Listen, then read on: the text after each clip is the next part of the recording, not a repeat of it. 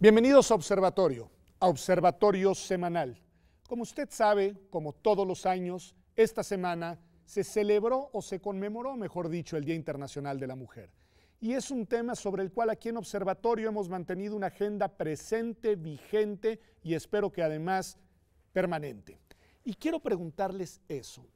Primero a ti, Leti, ¿cuál es tu reflexión sobre el hecho de que una vez al año hagamos una suerte de alto en el camino para reflexionar en algunos casos y en algunos casos de manera muy equivocada, dicen para festejar, para celebrar a las mujeres, que creo que desde aquí hay algo que decir? Sí, muchísimas gracias, Pedro. Y bueno, en realidad me parece que no es un día en que debamos festejar necesariamente, es un día que significa y ha significado histórica y políticamente momentos de lucha social, de defensa de los derechos de las mujeres, y más bien yo plantearía que es un día para reflexionar y tocar fondo respecto de la agenda pendiente que tenemos todavía, aún en este siglo. Me parece muy importante. Gracias. Lucía Rafael, el año pasado estuviste acá con nosotros y recuerdo cómo abriste el programa, y no es que quiero que te repitas, pero sí que aludas un poco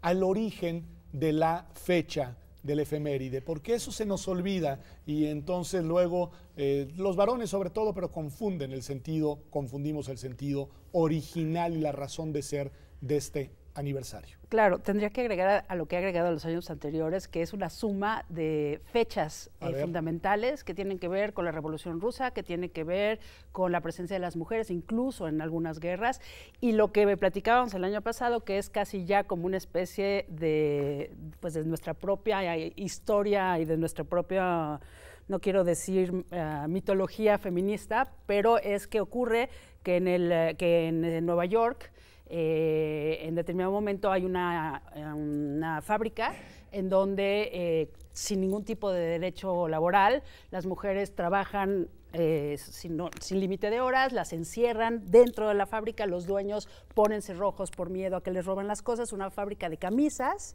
Es una fábrica que utiliza tintes y entonces ocurre un accidente adentro de la fábrica y el humo que sale es morado. Por eso, para empezar, es que supuestamente el color morado, el púrpura más bien, es el que representa el movimiento feminista, el movimiento a favor de los derechos de las mujeres. Pero el asunto es que mueren, creo que eran 254 mujeres. En una situación terrible, y lo que estamos entonces, por eso escoges muy bien el concepto de conmemorar. Okay. No podemos felicitarnos, no es el 10 de mayo, es un día para recordar que hoy no hemos logrado la igualdad entre hombres y mujeres. Okay. Y que ese tipo de abusos lamentablemente los podemos imaginar en todas las latitudes y en todos, digamos, nuestras realidades. Y ahí, Melissa, te preguntaría, Lucía subraya un punto. Subraya el punto de la vinculación entre esta conmemoración y una agenda en específico que es la agenda feminista. ¿Tú qué dirías por ahí? Porque me gustaría, digamos, una reflexión también en esa dirección para ver quién queda dentro y quién queda fuera del compromiso con esta reflexión. Claro, como bien señalaba ya Lucía, creo que no es un día que se deba celebrar, es un día que se debe conmemorar. Y me parece muy importante el señalar su importancia. ¿Por qué es importante el que sigamos teniendo este tipo de espacios y este tipo de pláticas? Porque marca un parteaguas, ¿no? Más que un parteaguas, marca un momento en el que podemos ver hacia atrás y decir qué hemos hecho para lograr efectivamente una igualdad entre hombres y mujeres y hacia dónde vamos. Y aquí sí quiero ser muy puntual. Viridiana Ríos escribía el domingo en el Excelsior cómo había celebrado el Día de la Mujer, ¿Qué ¿no? decía bien? Y decía algo que me pareció súper importante, porque señalaba que se habían realizado estudios en los que se determinaba que si las mujeres que quieren entrar al mercado laboral formal entraran, tendríamos un crecimiento mayor de 2.5%. Cuando estamos creciendo, tenemos un crecimiento menor del 3%, ¿no? Entonces estamos hablando de que podríamos llegar a tener un crecimiento casi el doble si en realidad todas las mujeres entráramos, bueno, no todas las mujeres, sino las mujeres que desean entrar al mercado laboral formal entraran. Y aquí también creo que también hay que visualizar el hecho de que sí hay muchas mujeres que trabajan, pero trabajan en las labores domésticas. A ver, en esta vinculación que haces, porque subyace al asunto, tú resaltas la dimensión laboral que está además al origen, digamos, del evento concreto que motiva la conmemoración. Pero nos dices, y creo que es muy importante, no solo en el ambiente laboral, pero también el ambiente laboral, esta idea de la igualdad. Claro. Y es una igualdad, Ana Yancy, que la tenemos que ver desde la perspectiva de algo que tú conoces muy bien, que es la perspectiva de agenda de derechos. Y ahí te diría, a ver, cómo mirar esta conmemoración, esta fecha, desde la perspectiva de la agenda de los derechos, que supuestamente, al menos formalmente, están otorgados sobre una base de igualdad a todas y a todos. Así es, y yo quisiera comentar la importancia que tiene este tipo de programas y el hecho de que haya un Día Internacional de la Mujer, porque creo que nos recuerda la importancia, los compromisos y las acciones que tenemos todas las personas en la lucha por la igualdad de género. Se habla de una agenda de igualdad de género. Yo creo que a propósito del periodo que vamos a vivir en este año con las elecciones, el tema político, creo que debemos de empezar a ver una agenda que ya ha estado mucho tiempo sobre la mesa. Ahorita tenemos los Objetivos de Desarrollo Sostenible de Naciones Unidas, el cual incluye dentro de su 5º objetivo la igualdad de género, ¿no? Me parece bien importante y me parece que es algo que merece la pena que lo analicemos a detalle en este mismo programa, quizá dedicarle incluso un bloque, porque sí es cuál debería de ser la agenda y quién la está adoptando, porque yo ahí, Leti, tengo la impresión de que esta conmemoración pasa como todas las conmemoraciones, llega el día, hay posicionamientos, esta vez me corrigen ustedes si me equivoco, pero yo no vi grandes manifestaciones públicas en las ciudades mexicanas, algo fuerte en España, perdón, a ver, corríjanme, ¿qué pasó este día en concreto en 2018? Pues yo creo que, bueno, así como tenemos hoy en día la Agenda 2030, efectivamente asentado claramente el tema de las mujeres, también lo tuvimos en los Objetivos de Desarrollo del Milenio. Y tendríamos que reflexionar y recordar y revisar realmente hasta dónde avanzamos desde los Objetivos de Desarrollo del Milenio. Desde la perspectiva de lo que nos propusimos. Totalmente. Porque la agenda anterior llegaba al 2015, estamos ya en el 2018 y tenemos serias deudas, por un lado. Por el otro, a mí me parece que hablar de desigualdades, esta brecha de géneros, es fundamental, porque seguimos, en mi opinión, hasta el día de hoy, con problemas de carácter estructural que no se han resuelto. ¿Estos problemas cuáles son y por qué justamente tendríamos que revisar con una mirada muy crítica esta Agenda 2030 también y cómo participar en ella? Por un lado, violencia, por otro lado, pobreza y por otra parte, discriminación. Entonces, me parece que sí tenemos que situar el problema de las desigualdades o de las no igualdades respecto de los derechos con una perspectiva de género, por supuesto, pero desde un sistema que evidentemente a todas luces ha sido patriarcal y por otra parte que conlleva en sí mismo problemas de carácter estructural. Creo que por ahí es ¿Qué dirías? Por ahí esa es lo que debe de llamar nuestra atención en este momento, no una cuestión coyuntural, una cuestión estructural y una cuestión que tiene una raigambre profundísima en la dimensión cultural de cómo operamos en el día. Que seguramente lo abordaremos más adelante, pero es un problema de carácter estructural. Me parece que van ustedes ya poniendo, digamos, elementos hacia lo que se tiene que discutir adelante. Lucía, hiciste un poco un gesto, cuando dije no hubo mucho, digamos, yo no vi, pero probablemente es ignorancia mía, algo equivalente a lo que sí vi en este caso en particular, en el caso, por ejemplo, de España, que fue muy vistosa y muy multitudinaria la manifestación. Claro, bueno, decirte además que desde el feminismo siempre ha sido muy crítico el hecho de que exista un Día Internacional de la Mujer, porque solamente ese día pasa y qué pasa con el resto del año, y entiendo el punto y lo Pero comparto, en los digamos, últimos años, precisamente por todos estos movimientos que han pasado en el mundo, que generan reflejos y ecos en distintas partes del planeta. Efectivamente, como la manifestación de España no hubo otra. No hubo otra este año. Pero en México tuvimos una manifestación bastante nutrida, bastante comprometida. Yo sí creo que apenas ahora, desde hace unos 3, 4 años, empieza realmente a darle un sentido a este 8 de marzo, a través de estas manifestaciones, a través de estos movimientos, a través a veces es muy decepcionante ir a las marchas, pero en esta ocasión no estuvo poco nutrida como en otras ocasiones. Ok, y a ver, y mi pregunta sería, ¿y cuáles son, porque además nos va a servir para analizarlo en los siguientes bloques del programa, los temas de esas manifestaciones? Es decir, ¿cuáles son los ejes que convocan?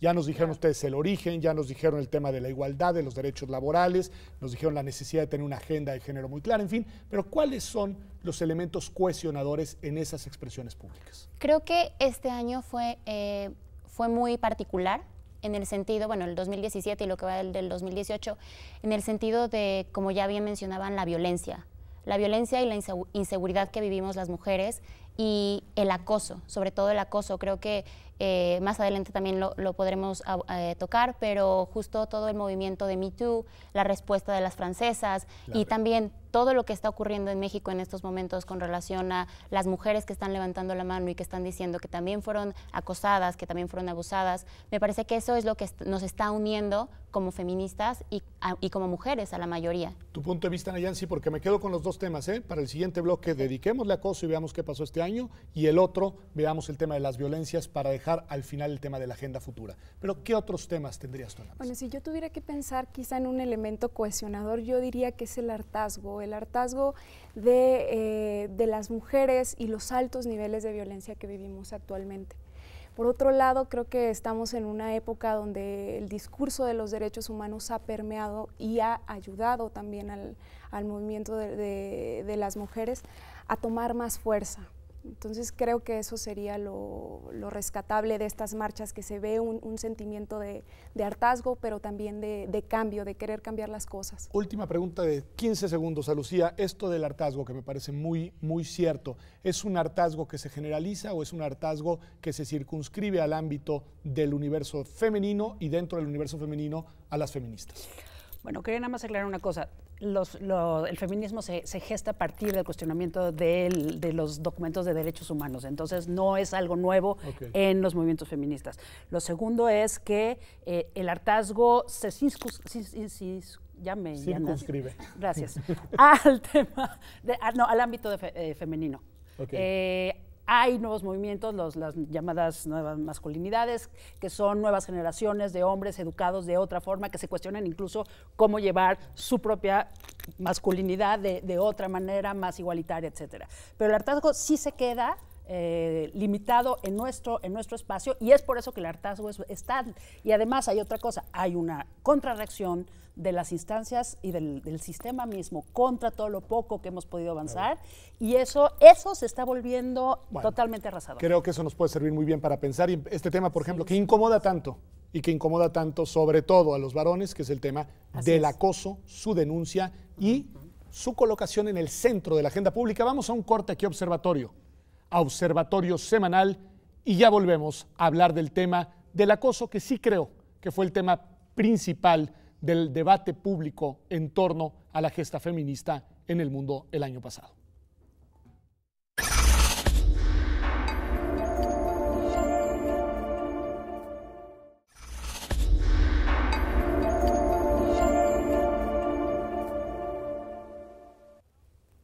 Estamos de vuelta aquí en Observatorio Semanal, y estamos hablando a propósito, no del Día Internacional de la Mujer, a propósito de esa conmemoración, la agenda amplia de los enormes rezagos, de los enormes desafíos, de los enormes problemas que enfrentan las mujeres en todo el mundo, no solo en México, pero también en México. Y tú decías, Melissa, y por ahí me gustaría que empezáramos este bloque, que uno de los temas ahí pendiente, que yo creo que fue el tema de este año, que emergió con fuerza en el debate público internacional, es el tema del acoso. Así es. A ver, cuéntanos cómo, por qué, hacia dónde. Bueno, a grandes rasgos, el acoso ha sido un tema que nos ha preocupado a las mujeres desde siempre. Sin embargo, es este año en el que, bueno, el año pasado y a inicios de este año, que sale el movimiento Me Too. ¿A qué me refiero con esto?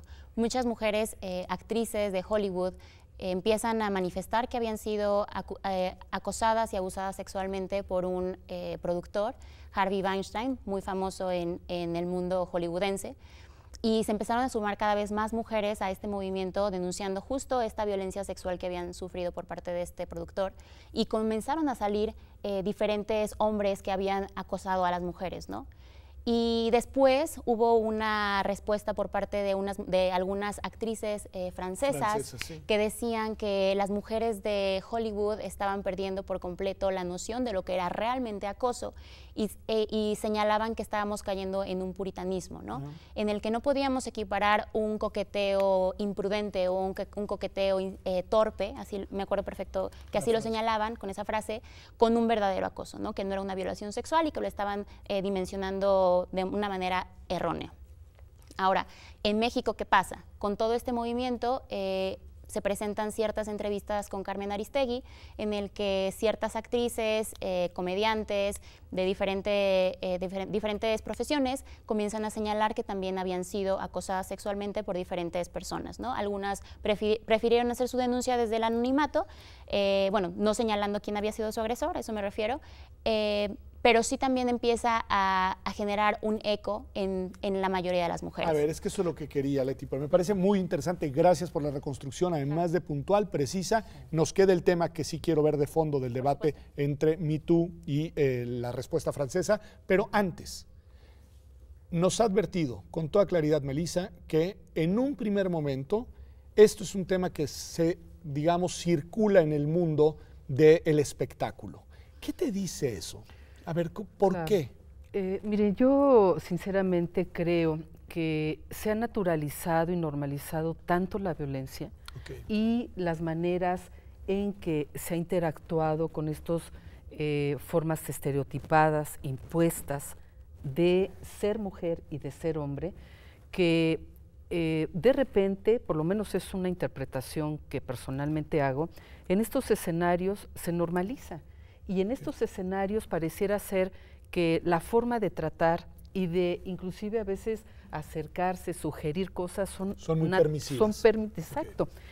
Y creo que ahí también el tema de las mujeres y desde donde las mujeres estemos viendo estas relaciones es fundamental.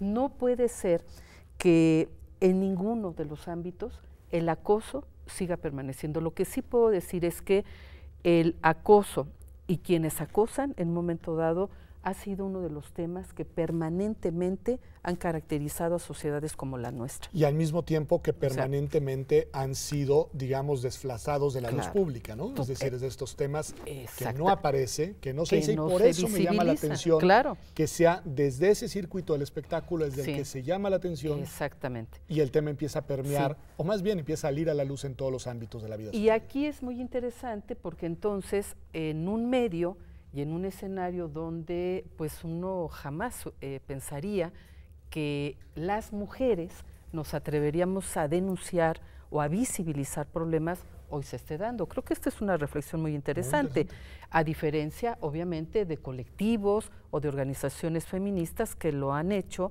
permanente históricamente, que forma parte de su agenda y de una reivindicación legítima, justa, necesaria, pero digamos de militancia por una causa.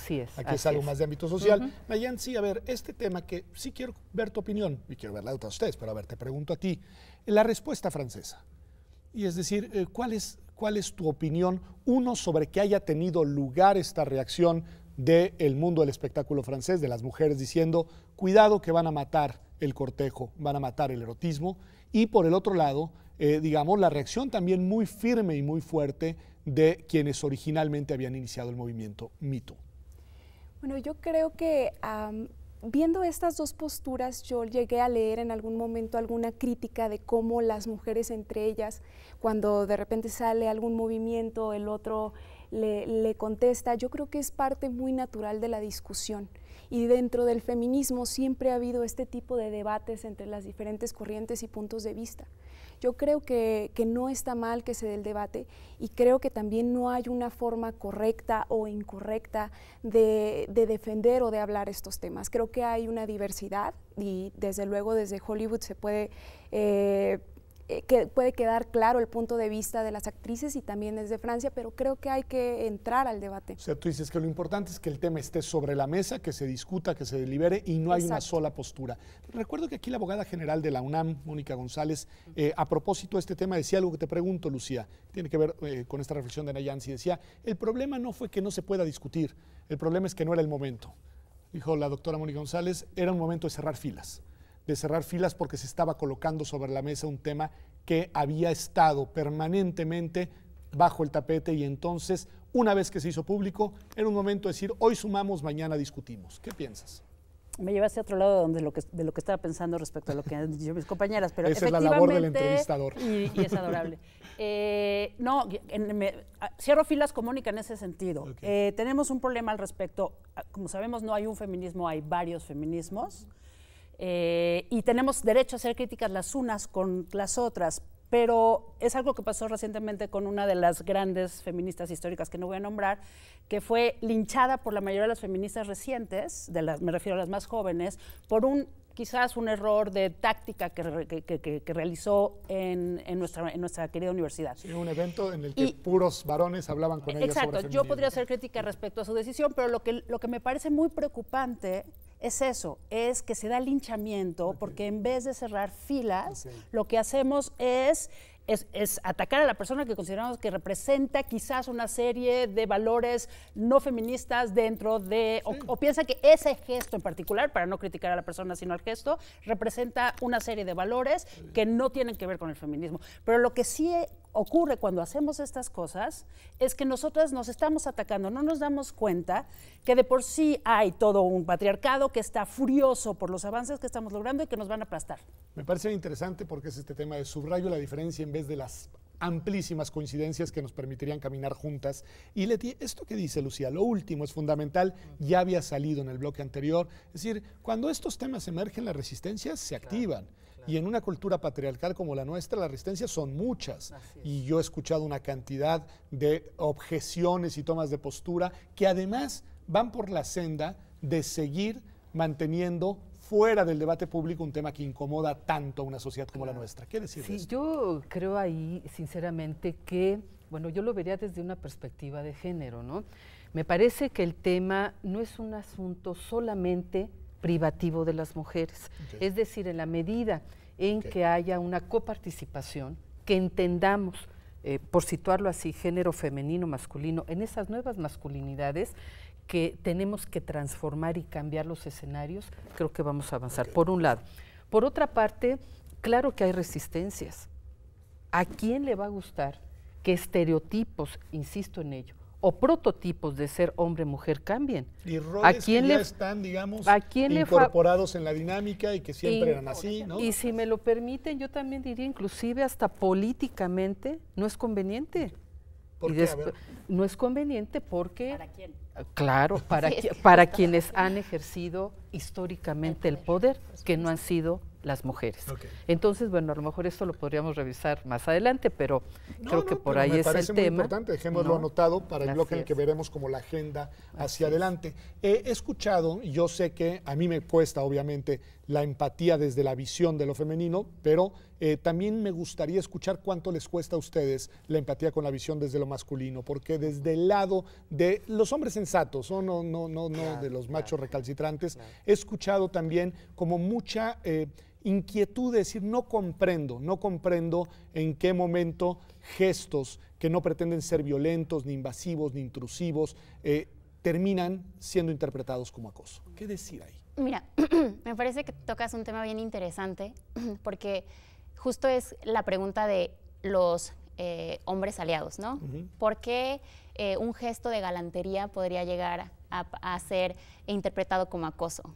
Y a mí me parece que con todo respeto, eso podría llegar a ser hipócrita. ¿Por qué? Porque me parece muy evidente cuando alguien te dice desde un primer momento, con su mismo lenguaje corporal, un no, y que tú sigas insistiendo, desde ese momento que tú insististe, ya estás causando una molestia innecesaria. Vaya, creo que este tema es tan rico y tan controversial porque nos hace cuestionar cómo nos relacionamos de manera erótico-afectiva. Y a nadie le gusta que sus propios deseos sean cuestionados. Que tú sean rechazados. Claro, digamos, ¿no? Pero tú como persona tengas que hacer esa dinámica y ese proceso de cuestionarte es algo muy duro, es algo bastante complejo y por ende me parece que es una de las razones que generan tanta resistencia. Entonces, sí me parece que los mismos hombres deberían de formar sus propios grupos y platicar entre ellos cómo se relacionan con las mujeres. Y me gusta mucho esto de las nuevas masculinidades, de la construcción de una cultura y de una comprensión distinta. Claro. También del desarrollo de capacidades que probablemente no aprendieron a lo largo de su vida, de saber leer las señales y de saber aceptar las señales, de saber que un rechazo se vale y no es ni una descalificación ni una ofensa. Y eso me parece que es algo que tenemos que lograr socializar más amplio en el universo masculino. Pero vamos a un corte y volvemos. Le voy a preguntar a Ana Yancy, regresando inmediatamente, sobre otro de los conceptos que quedó ahí sobre la mesa, que es el que me gustaría que guíe nuestra reflexión en el siguiente bloque, que son las, en plural, múltiples violencias que viven y padecen las mujeres en este mundo y en este país. Ya regresamos aquí a Observatorio Semanal.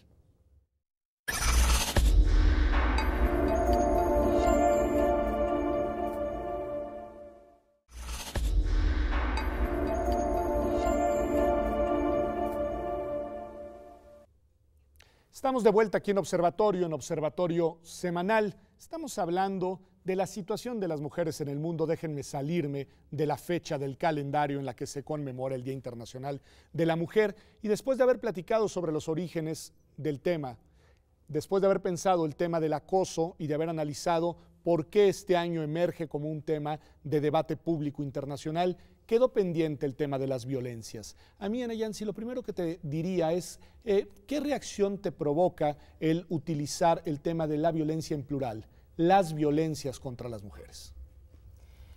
Bueno, creo que es un tema que efectivamente se tiene que tratar. La violencia es una violencia de género, pero tenemos que entender que también hay tipos de violencia y modalidades de violencia. También la violencia se ve impactada por cuestiones de otras categorías, como por ejemplo género, raza, edad. Creo que a mí me parece muy importante hablar del tema de las violencias, porque en los diferentes ambientes en los que se desenvuelven las mujeres, nosotros nos enfrentamos a diferentes modalidades de violencia, en el ámbito laboral, en el ámbito académico, simplemente en la calle. Creo que el problema que tenemos acá en México, y queriendo abordar un poco las cifras en un ejercicio que hace Naciones Unidas en el World Women Report de 2015, menciona que de una encuesta que se realizó, el 30% de las mujeres indicaron haber sufrido violencia, específicamente violencia sexual, en los últimos 12 meses y un 29% a lo largo de toda su vida. Si uno ve este tipo de cifras, ve que la violencia o las violencias es algo normal, es algo normalizado, lamentablemente, en la vida de cada una de las mujeres en México. ¿Cómo lograr hacer, Leti, te lo pregunto a ti, cómo lograr hacer una suerte de disección, si es que es posible, entre las fronteras de los distintos tipos de afectaciones que hay a los derechos y a la integridad intelectual, moral, física de las mujeres? Es decir, las discriminaciones, los acosos, los maltratos, las violencias sexual, hasta el feminicidio. Claro. Es decir, ¿cómo o mejor no hacerlo?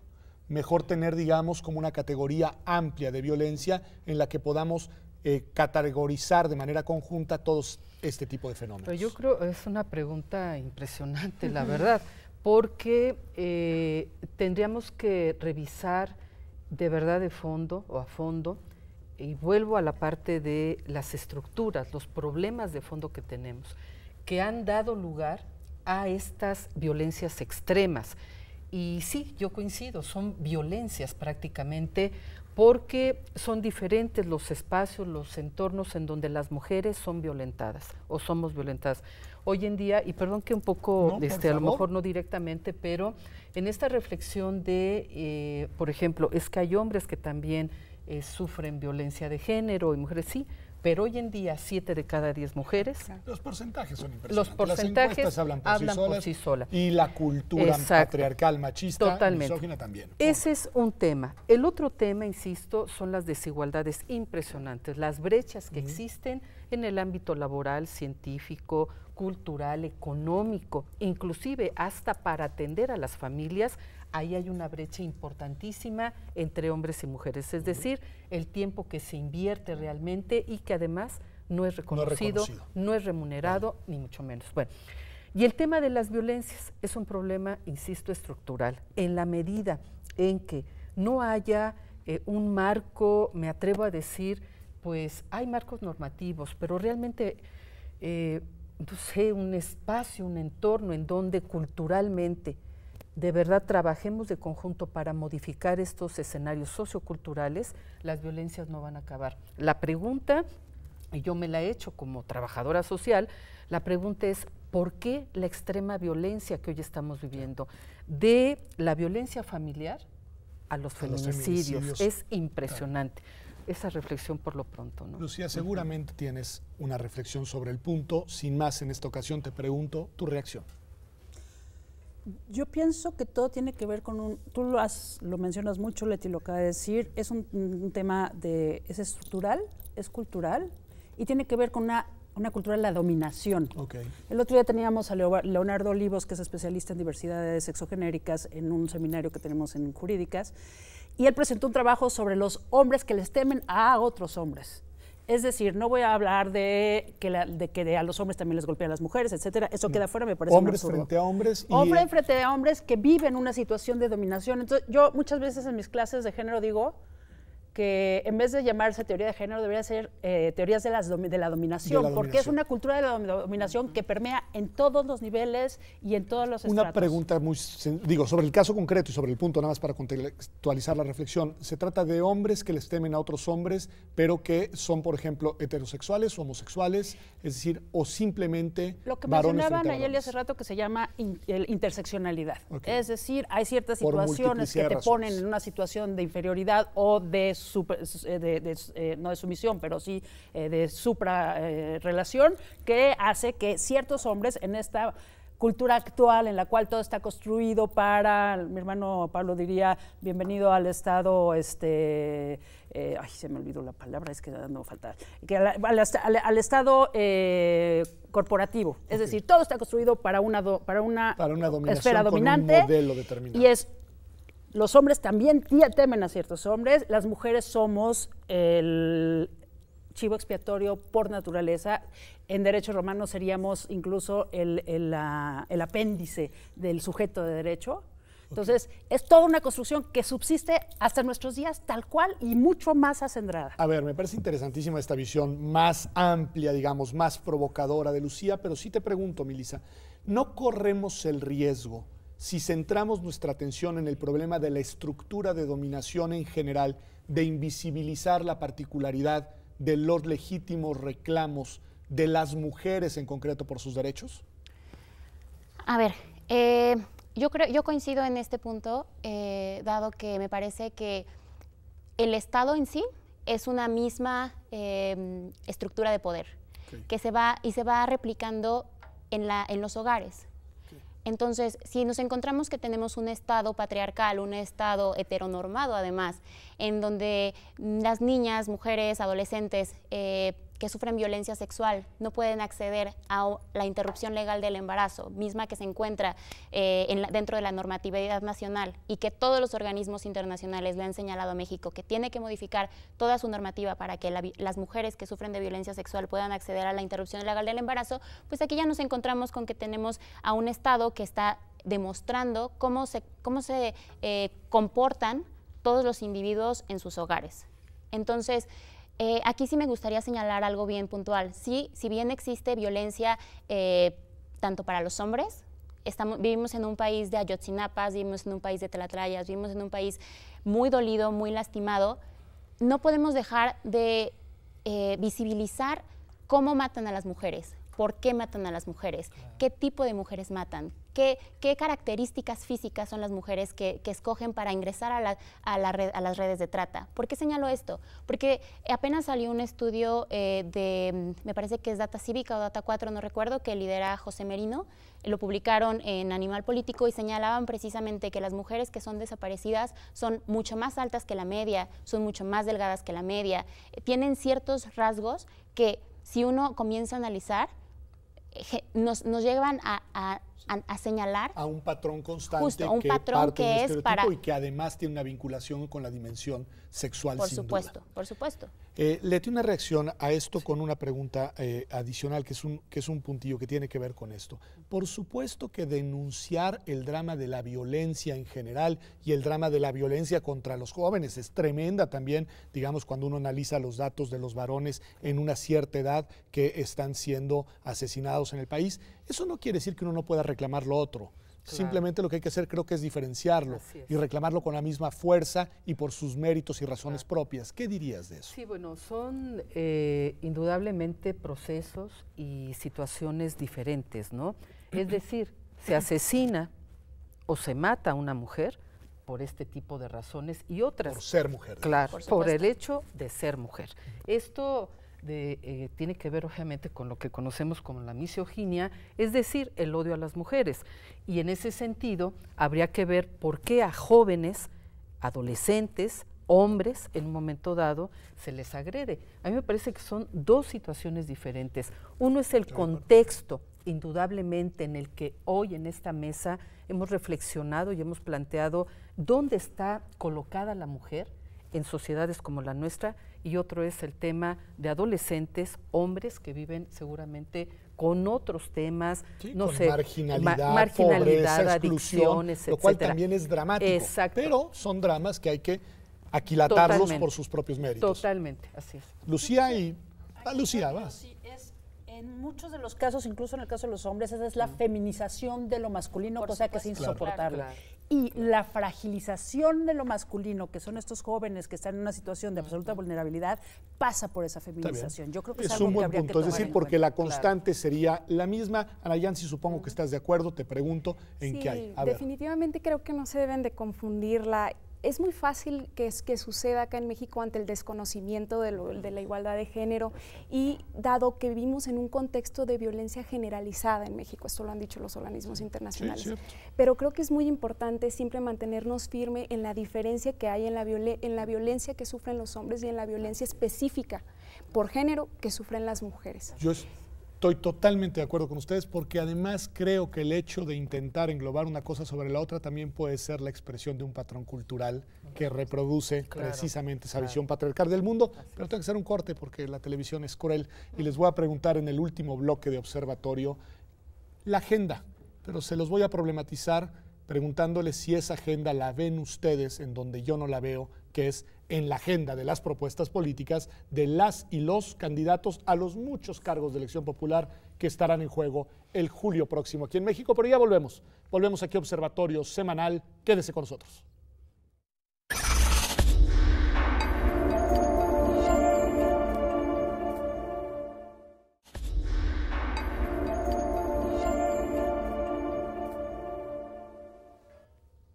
Estamos de vuelta aquí en Observatorio Semanal. Estamos hablando de la situación de las mujeres en el mundo y en México, y este año es especial. Este año es especial porque el calendario político ha decidido que así lo sea y no hay nada de artificial en decirlo. Y este tema de lo que ustedes nos han hablado, de la preocupación de los derechos, de la igualdad, del combate al acoso, de las violencias contra las mujeres, de los feminicidios, deberían de estar, desde mi punto de vista, en el centro de la agenda del debate político y deberían de constituir el punto de partida para la articulación de propuestas concretas. Y la verdad veo todo lo contrario. Claro. Veo puros y puras conservadores en la arena política. Veo que la apuesta es por ver quién jala más votos del ala conservadora. Lo que hemos visto en las distintas propuestas es abrumador y no veo un compromiso de candidatos ni de candidatas con esta agenda. ¿Qué me dirían, Leti? Bueno, indudablemente lo que toda y todo ciudadano esperaríamos es que hubiera un planteamiento claro de política interna para poder no solo atender, sino intervenir en estos procesos de violencia. Yo creo que hasta ahorita personalmente yo no he escuchado a ninguna ni ningún candidato hablar sobre el tema de narcotráfico, hablar sobre el tema de feminicidios. Sabemos indudablemente que una agenda pública, que una un proyecto de nación, si así lo queremos ver, pues involucra el tema de pobreza, abatirla, relaciones exteriores, etcétera. Pero indudablemente hoy la preocupación, me atrevo a decirlo, en la ciudadanía es el tema de la inseguridad y de las violencias. ¿Dónde está colocado? No lo vemos. Y me parece que ese es uno de los temas centrales que debería de direccionar cualquier proyecto, entre comillas, repito, de nación, si lo queremos ver de este tamaño, que comprometiera no solamente la palabra, sino la intervención política de quien en un momento dado participa en estos procesos. Y que haga sintonía con las preocupaciones reales de los ciudadanos de a pie, porque claro, las generalidades son las mismas. A quien le pregunte, ¿está usted a favor del feminicidio? No, por supuesto que no. ¿Está usted a favor de la violencia contra las mujeres? No, claro. Pero ¿en dónde está la propuesta de políticas públicas, Ana Yancy? Tú decías que hay una agenda y que esa agenda es una agenda que de alguna manera ya está trazada. Me gustaría escuchar cuáles son las piezas de la agenda que deberían de estar al menos discutiendo, si no la censuya, que nos digan por qué, pero que al menos nos digan cuál es su toma de postura frente a la misma. Bueno, antes de entrar a esta agenda, yo quisiera retomar quizá algo muy básico de este proceso electoral que estamos por vivir, en cuanto a que casi no hay opciones, o sea, los candidatos principales son hombres, casi no hay mujeres. Por supuesto que se agradece la presencia de Marichu y el movimiento que representa. Sí, que no llegara a la boleta. Pero entonces ahora y perdón que lo diga, pero la mujer que está es conservadora como los hombres que están en estos temas, digo, así de claro y fácil, ¿no? En efecto, entonces de nuevo estamos aquí platicando sobre qué pueden ofrecer los candidatos hombres que están ahorita o que estarán ahorita debatiéndose la presidencia, y creo que es algo, pues es algo muy lamentable, porque creo que es momento como de cambiar los roles, ¿no? De queremos más secretarias de Estado, queremos más candidatas a la presidencia, y creo que dentro de eso podríamos englobar lo que es la agenda, ¿no? 2018 no tendremos presidentas mujeres en toda América Latina. Dato duro, dato de hecho, pura baraja de hombres. Y con ese comentario quisiera tocar uno de los componentes del objetivo quinto de los Objetivos de Desarrollo Sostenible, que es el empoderamiento y liderazgo, la voz y liderazgo, ¿no? El objetivo 5 de Naciones Unidas establece 3 componentes, que es uno, luchar contra la violencia. El segundo es los recursos y el empoderamiento de las mujeres, las capacidades. Y el tercero, que es la voz y el liderazgo, la necesidad de que las mujeres lleguen a puestos donde no han llegado antes. Y creo que aquí los candidatos deberían de empezar a ver la agenda internacional. Yo creo que hay bastantes tratados, hay bastantes instrumentos, hay leyes. Quisieran, hay insumos. Pero lo que se necesita es poner el tema realmente en la agenda, es exigir que se pongan los temas sobre la mesa. A ver, Lucía, te pregunto, escuchando esto que dice Ana Yancy, que me parece bien interesante, me parece muy fino el hilo. Ustedes votan, es decir, y son millones. ¿Por qué no hay, a pesar de ese dato duro y de la necesidad de acopiar votos el día de la elección, propuestas que sean sensibles a las preocupaciones reales de las mujeres en este país? Bueno, le preguntaste a la menos indicada. Uno, ya no creemos en el sistema electoral. Okay. Y eso es, no yo, es la ciudadanía. ¿Por qué no creemos en el sistema electoral? Porque hoy en día lo que está sobrevalorado ante todas las cosas son las grillas y las políticas que se perdieron. Y específicamente hablemos de políticas de género. O sea, las instituciones que se dedican al espacio electoral, o por lo menos voy a hablar del Tribunal Electoral porque es mi conocimiento cercano, tienen un presupuesto muy fuerte para el tema de género y lo usan para que no se resuelvan las cosas de género, para que no haya suficientes mujeres que representen a las mujeres. Hay que preguntarle a Flavia Fidenberg, o sea, la violencia contra las mujeres la están resolviendo casi siempre en favor de los hombres. Entonces, si desde el sistema hay una falsa voluntad de cambiar las cosas, ¿cómo podemos pedir, uno, que si somos el 50% de votantes posibles, no nos tomen en cuenta, porque en realidad no les interesamos, porque no les interesamos ni como ciudadanía? A ver, Melissa, tu reacción a eso, porque además, a ver, me dicen, no creemos en el sistema electoral. Yo les recomiendo que vayan y voten, porque alguien va a gobernar. Claro. Así que mira, más vale. Por eso te dije que era la persona menos adecuada para la pregunta. Mira, yo soy una persona que cree en las instituciones y que cree que las podemos cambiar. Ahora, creo que sí es muy importante el ejercer nuestro derecho de voto. Sin embargo, yo sí me siento me me encuentro en una situación de desesperanza total. De desamparo. De desamparo. ¿Por qué?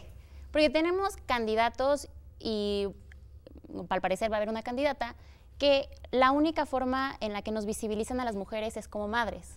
Cualquier Buen punto. Todas las propuestas que estén encaminadas a las mujeres tienen que ir encaminadas a ella como madre, a ella como la cuidadora, a ella como la ciudadana frágil. Y a ver, estamos en el 2018. Habemos muchas mujeres que no son madres, que a lo mejor son estudiantes, que a lo mejor son, no sé, que están empezando una empresa. Directoras, claro, líderes. Tenemos mujeres en todos los ámbitos y sin embargo son incapaces. No sé si son incapaces o no quieren verlo. Bueno, pero a ver, eso me gusta el punto. Entonces, ¿por qué no estamos? Me parece que es fundamental que hayan más mujeres en puestos de liderazgo, pero ¿dónde está la política de conciliación entre la vida laboral y la vida personal o reproductiva? Porque si tenemos mujeres que están en puestos de liderazgo trabajando 18 horas al día, 12 horas al día, evidentemente las labores de cuidado y las labores domésticas de nuevo recaen en otras mujeres. A ver, esto que dice es interesantísimo, Melissa, porque lo que nos dice al final, digo, en el fondo es que lo que quisieran los actores políticos relevantes es llevar a las mujeres a su casa. Claro. Y, digamos, regresarlas al nicho del hogar e invisibilizarlas de esa manera de la esfera pública. ¿Estarías de acuerdo, Leti? Bueno, una reflexión. Ser madre no es una obligación, es una decisión, en principio. Sí, ¿no? claro, y no es definitoria de tu identidad como mujer. Claro, y no es definitoria. Y por otra parte, sí, yo creo que esta es la tendencia, ¿no? Que el hecho de, otra vez, vuelvo al tema de los estereotipos, del papel, de la imposición, de este empoderamiento, que a mí la palabra empoderar no me gusta, porque entonces significa que todo el tiempo vamos a estar todos encima de todos, ¿no? Okay, un poco pero, esa idea. Claro, en esta reflexión. Dominación. De dominación, exactamente. Pero me parece que ha sido muy cómodo para un sistema como el nuestro tenernos en casa y dedicarnos a las familias, que eso es precioso, ¿verdad? Estar con nuestras hijas, nuestros hijos o la familia, sí, pero no lo es todo. No lo es todo, y en este sentido es de verdad muy lamentable que en este siglo XXI y estas alturas de la vida política y social del país no haya un planteamiento claro, ni siquiera voltear y escuchar de verdad las voces de las mujeres. Esto es penoso. ¿Y penoso por qué? Porque entonces la tendencia, en mi opinión, va a ser la misma. Ahora sí que reflexionaríamos con esta parte con la que tú empezabas. ¿Deben de cambiar las cosas o deben de continuar? Pues creo que eso es gravísimo, ¿no? Porque si no es empoderar, claro, sí es apoderarse de la agenda, porque si no claro, nos apoderamos de la agenda nos la imponen. Tienen cada una 30 segundos, en verdad, nomás, según me dicen por acá, Ana Yancy, para decirme qué debería de estar, cuál sería para ti un punto, uno que debería estar en una agenda de política pública para el sexenio que sigue. Bueno, yo creo que hay que poner mucha atención en las propuestas, sí, aunque sean escasas, hay que poner mucha atención en las propuestas que se van a hacer. Y hay que poner mucho ojo también en el empoderamiento que pretendan estas propuestas. Yo entiendo que hay un mito y hay un mito del empoderamiento y hay un debate dentro del empoderamiento, pero yo sí creo que hay un empoderamiento real, un empoderamiento que no significa darle a las mujeres una canasta para que se pongan a coser en sus casas, sino realmente una formación de capacidades que les permita decidir y dedicarse a lo que ellas quieren. Ok, ahí está la propuesta. Deberíamos de contar con políticas públicas que permitan formar capacidades que además vayan conectadas con el proyecto de vida que cada quien decide, no con el que se impone desde fuera. Lucía Rafael.